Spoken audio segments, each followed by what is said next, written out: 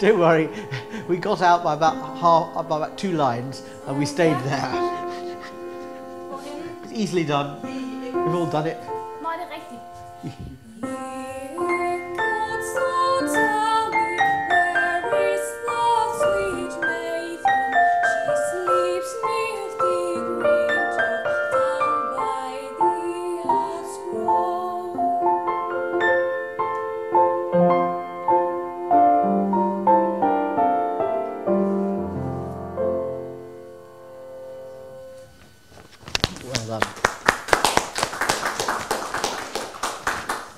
Good. These Britain folk songs, I don't know how well known they are in Denmark, but they are well known. They're well known. Yeah, I mean they were really written originally. They were improvised by Britten and Piers in the end of song recitals. So Peter Piers would simply sing a folk song, and Britten would just make up a piano part, and then they were gradually written down as art songs. This is one of the stranger ones, and you do wonder whether if he'd sat down and composed it, whether he really would have composed it quite like this, because it does feel like he's fighting the voice part all the way through. However, that's how they started out, these songs, and they became a feature of Britten and Piers recitals. Great. Down yonder green valley where streamlets meander, when twilight is fading, I pensively rove. Say it again. Down yonder green valley, where streetlets meander, when twilight is fading, I pensively rove. Good. Down yonder green valley, that's down the valley, okay? Valley, where streamlets meander, little streams just move around. When twilight is fading, I pensively rove. What do you know what pensively means? No, not really. I thoughtfully. I'm just walking, thinking. Okay? Carry on reading. Or at the bright noontide, in solitude wander, amid the dark shades of lonely ash grove. That's it. In solitude wander, I'm on my own, I'm walking. Amid the dark shades of the lonely ash grove. So in other words, the darkness of the wood. Or at the bright, I'm walking in the middle of the day, bright noontide, but I'm walking in the shade of the tree. Okay? Carry on talking. 'Twas there while the blackbird was joyfully singing, I first met my dear one, the joy of my heart. Good. Go on. Around us for gladness the bluebells were ringing. Then little thought I how soon we should part. All right. Around us for gladness the bluebells were ringing. What does that mean? What are bluebells?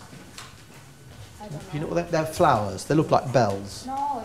Okay. They were ringing. Yeah, gladness, yeah. No. Then little thought I how soon we should part. So even though you're feeling glad and you're in a nice place with your true love, you didn't know that you hadn't got long to be together. All right? Now can we sing that first verse and try and get a little bit of what that means into it? That'd be nice. Hold the copy so that you're not looking at the floor, and that's actually fun. Right at the beginning.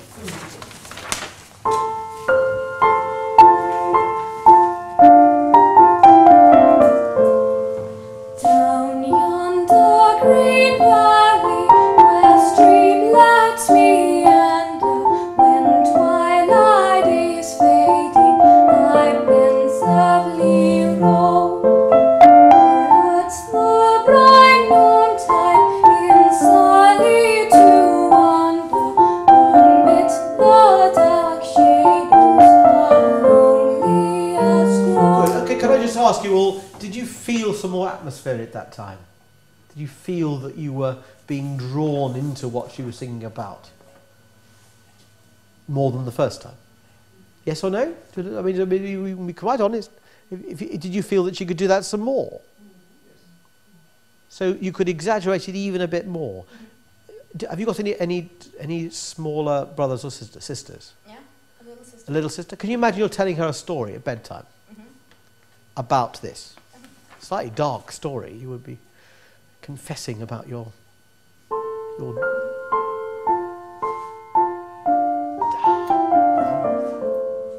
Down yonder green valley, where streetlights meander, when twilight is fading, I pensively roll towards the bright noontide, in solitude wander amidst the dark shadows of loneliest grove. Good, that's lovely. The one thing I'd like to pick you up on, I don't know whether this is a Danish trait, but you're very good at starting words and not very good at finishing words. Solitude wander. You go solitude wander. Solitude wander. If you could just remember to finish those words with all the sounds, that would help a bit to get them across. Or at the bright noontide. What's the age of your little brother? Sister. Sister. Sorry. Line. How old is she? How old is she? 11. Probably getting a bit old for bedtime stories then.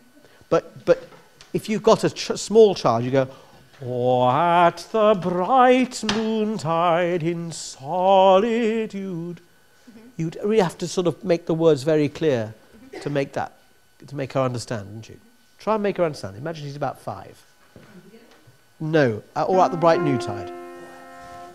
At the bright noontide, in solitude wander, amidst the dark shadows of loneliest grove. Go on.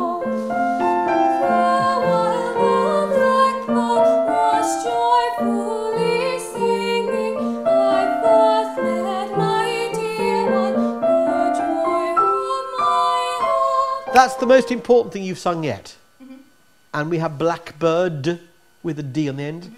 Blackbird was joyfully singing. Important. I first met my dear one, the joy of my heart. Okay, could you convince me? There while the blackbird, second page. While the blackbird was joyfully singing, I first met my dear one, the joy of my heart. Fantastic, yes, that's really good. I really felt when you sang joyfully singing, that's the first note you really said, I believe what I'm singing about. Excellent. Go from joyfully singing, just that third bar. Joyfully singing, I first met my dear one, the joy of my heart. Around us for gladness, the bluebells were ringing. Then little thought I how soon we should part. Excellent. Go on.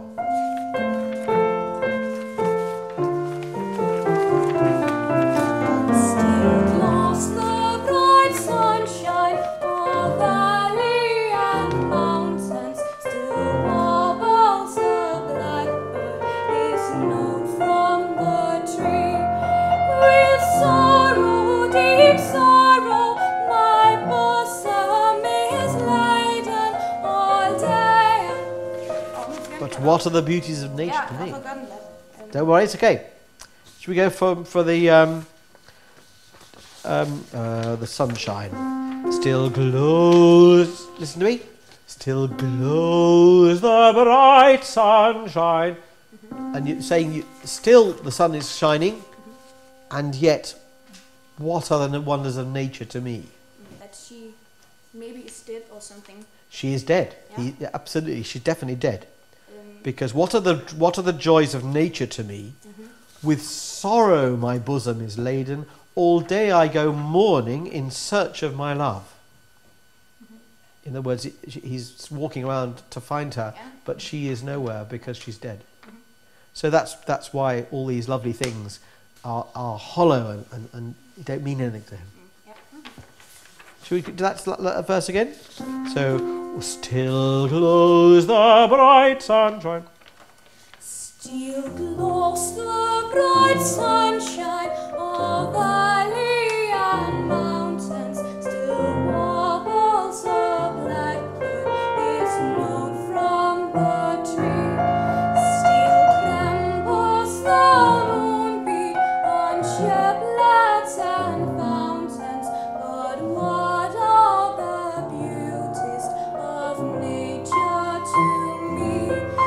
With sorrow, deep sorrow, my bosom is laden. All day I go mourning in search of my love. He could so tell me, where is the sweet maiden? She sleeps near the green turf down by the ash grove. When you sing that last bit, we need to hear those very clearly. She sleeps neath the green turf. That's the whole point, she's dead. And so you have to really make that rather special when you get to that bit.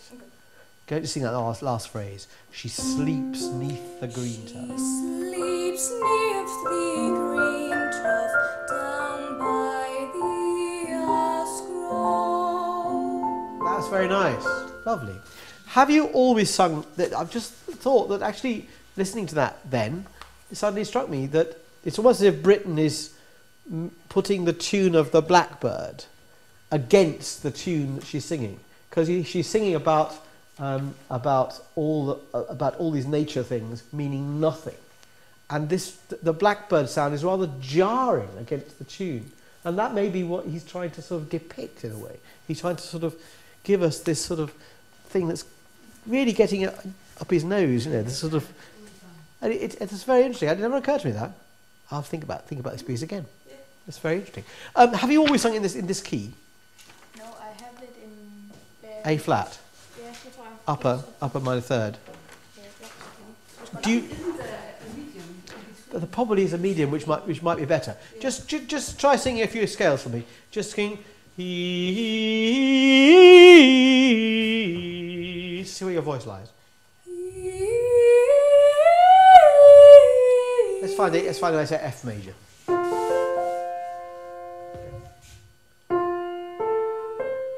Is it good?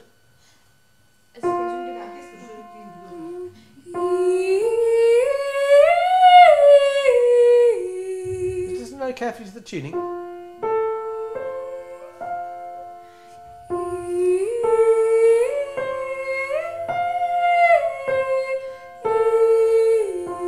Good. Could you go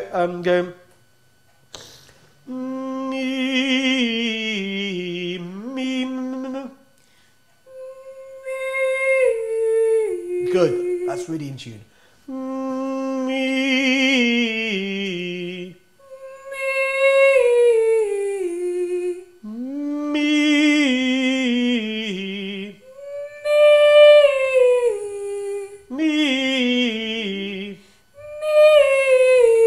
Good. And F major chord.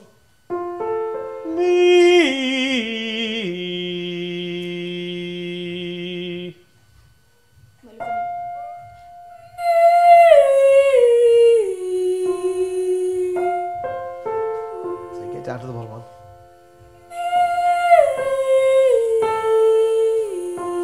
Good girl, that's lovely. Now you're going, when you're trying to tune, you're going, you're concentrating very hard. You go, me, me, me.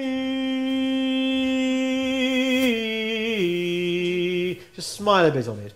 Me. Smile a bit, go on.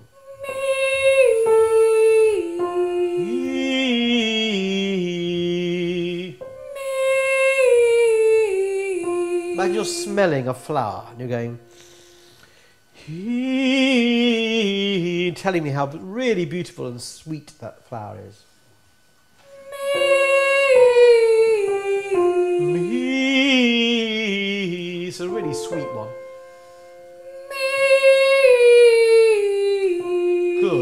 don't sing so much like a trumpet, more like a flute.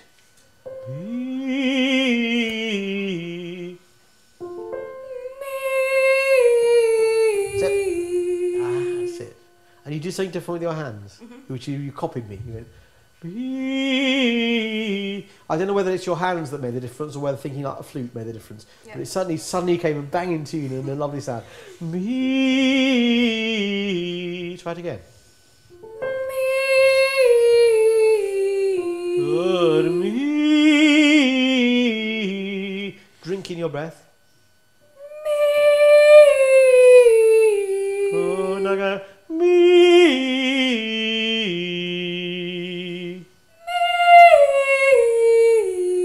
Good. When you get to the third note, imagine you're sitting down in a really comfortable armchair.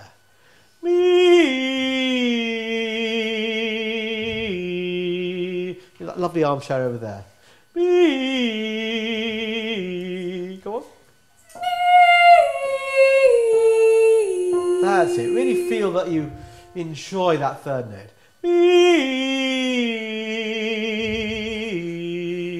Comfortable. That's better. That's better. You got to sort of as you go down, as you go up, you yawn.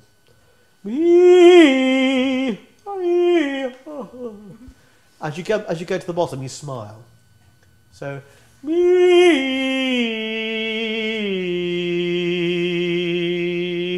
yawn, smile. That's it. That's very good. It's lovely. It works. So remember that. You see a high note coming, oh yeah, yawn a bit. See a low note coming, oh yeah, smile, enjoy it. Okay, that will help you a bit to equalise your voice, because sometimes you sing quite dark in placement in your low sound, and that slightly throws the tuning a bit, pulls it out of gear, it's slightly out with the piano, and so you need to just equalise that out. You could think that the bottom notes are yellow and the top notes are brown, and you mix them. Okay, so you go, there's the bottom note. He's yellow. He.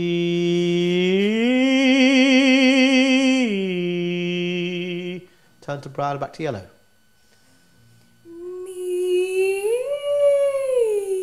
Good. He.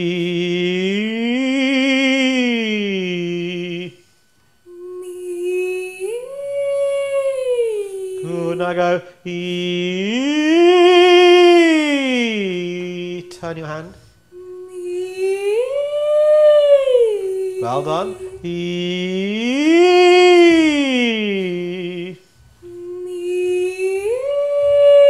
Getting a bit higher than you.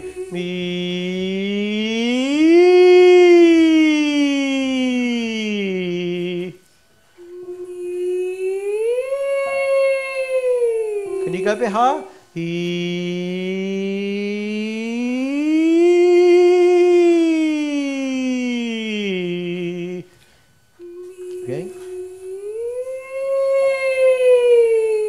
Well, it's got the right idea. You've got the right idea of turning your voice a bit like that, but you need to go a bit higher. You do the arpeggio.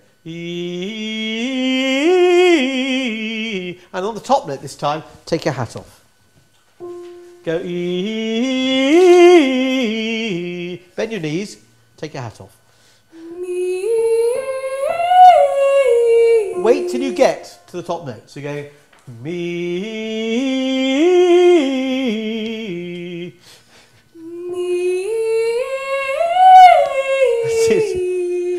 If you time it right, it helps. Let's try and have sharp. Hat. Ready? Get your hat. And. That's it. I want you to bend a bit deeper and take your hat off a bit higher. For the next one up is a G. 2, 3. And an A flat.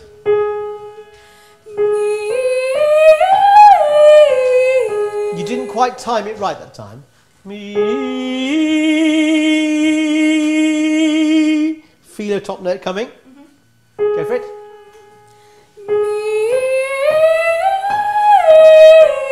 That was better. That's better. Try the A. Bend your knee.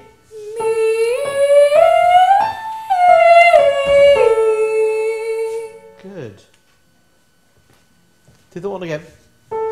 Catch this time. There you go. Play it. Not bad. Not bad. You're better at cricket than me. Let's try it again. Okay. You can keep singing if you like.